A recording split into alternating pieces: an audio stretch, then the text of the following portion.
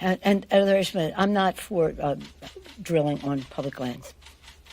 Tonight, I can announce the United States has worked with 30 other countries to release 60 million barrels of oil from reserves around the world. America will lead that effort, releasing 30 million barrels of our own strategic petroleum reserve. And we stand. In fact, the president only mentioned oil once last night in that entire speech when he bragged about releasing 30 million barrels of oil from the Strategic Petroleum Reserve, which wouldn't fuel our country for even 2 days. Could the president possibly consider authorizing the Keystone Pipeline, working something out with Iran? The president has said that all options are on the table, but we also need to make sure that we're not galloping after permanent solutions to immediate short-term problems where more strategic and tactical actions in the short term remain on the table. He already recently tapped into the Strategic Petroleum Reserve just last fall, which had an impact. But I would say the Keystone Pipeline... But the impact, Jen, that was a blip. It was a 10-cent thing, but it doesn't last. But, Dana, the policies you mentioned, I know Senator Cotton and others have mentioned these, they are not policies that would address the issue at all. Greater emissions. Let's once again look at the facts, Mr. Speaker. Under the previous administration, on average, emissions went down 2.5% a year.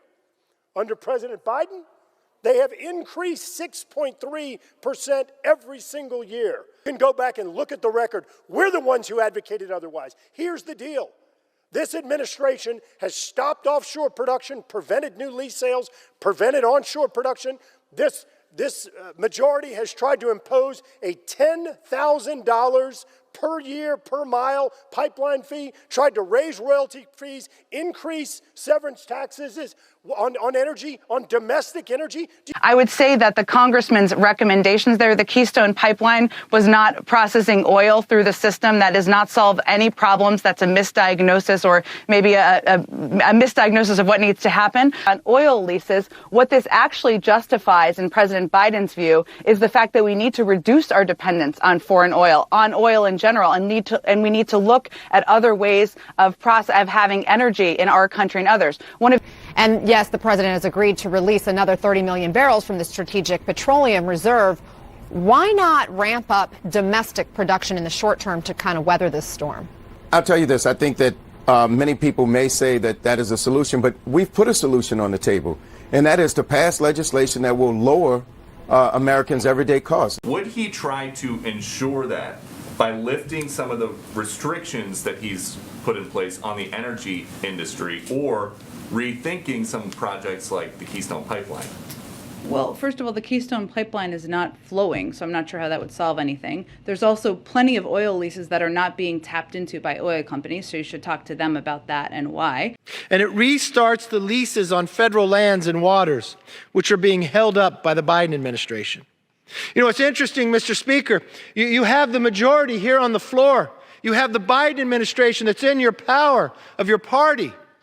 But those six permits that sit at the desk of the Secretary of Energy that could take money away from Putin, provide American jobs, and provide Europe with cleaner natural gas from America still sit there to this day.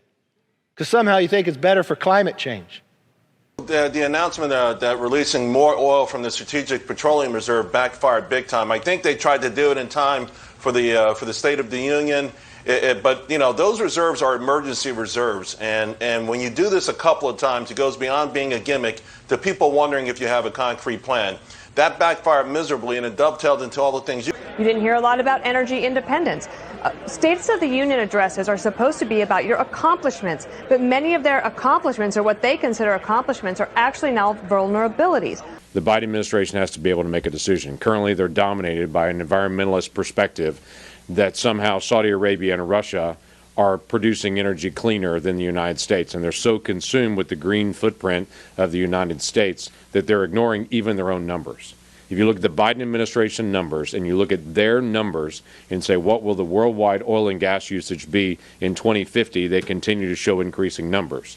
But at the same time, they're trying to decrease production in the United States by new requirements on FERC, on pipelines, new requirements on export for natural gas, continue to be able to limit access to capital through the Federal Reserve, through the nominees that are in place. They're continuing to find ways to produce less in America, even though their own numbers show there will be a greater need in 2050 than what there is now. What they're really saying is, we don't want to produce that in America. We want Russia and OPEC to be able to produce it, even though it needs to be done and will be done. In a committee hearing yesterday here in the United States Senate, one of my Democrat colleagues said, what we need to do is to tell the people in Europe that we will produce heat pumps for you, and then we need to start producing more heat pumps here in America. Well, I'm sure that really is very comforting to the people of Europe that in the next 15 to 20 years we'll produce enough heat pumps to ship to you while you're cut off from oil and have no access to natural gas to heat your homes.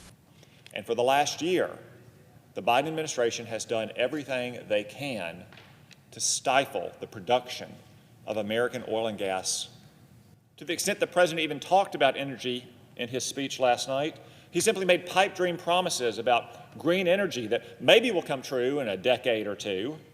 In fact, the president only mentioned oil once last night in that entire speech when he bragged about releasing 30 million barrels of oil from the Strategic Petroleum Reserve, which wouldn't fuel our country for even 2 days. What we need is not half measures. We need a sustained, reliable, and affordable flow of American energy. That's why I'm here to ask for unanimous consent for my bill ordering the Biden administration to start issuing new oil and gas leases for federal lands.